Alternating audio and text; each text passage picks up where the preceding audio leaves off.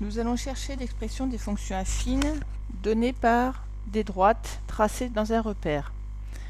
Donc je vous rappelle qu'une fonction affine est une fonction déterminée par deux réels, a et b, a coefficient directeur, petit b ordonné à l'origine. Et donc une fonction affine va s'écrire f de x égale ax plus b. Donc sachant ça, graphiquement, nous allons d'abord lire l'ordonnée à l'origine. Petit b. Petit b, par définition, c'est l'image de 0.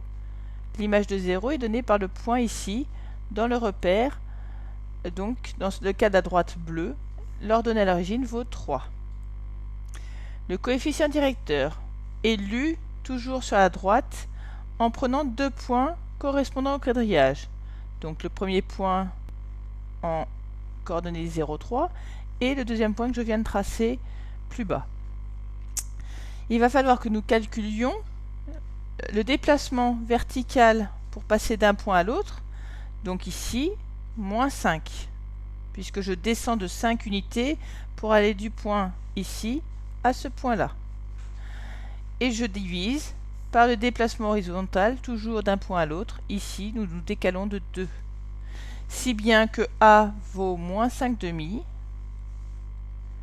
fois x plus 3 pour petit b. Nous avons la première fonction affine déterminée.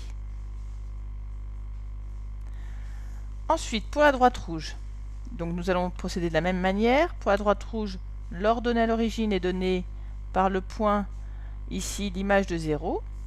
Donc elle vaut 1.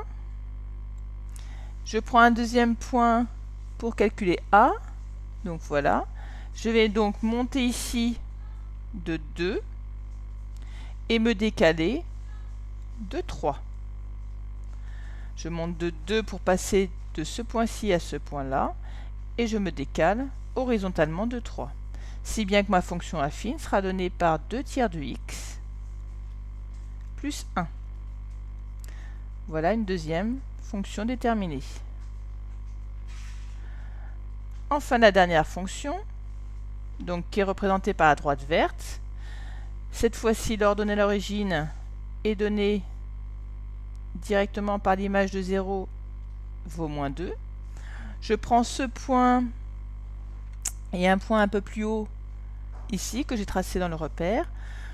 Pour passer d'un point à l'autre, je vais monter de 6 et je vais me décaler de 2. 6 divisé par 2, ça fait 3. Si bien que ma dernière fonction affine va être donnée par 3x moins 2. J'ai donc déterminé mes trois fonctions affines représentées par les trois droites de mon repère.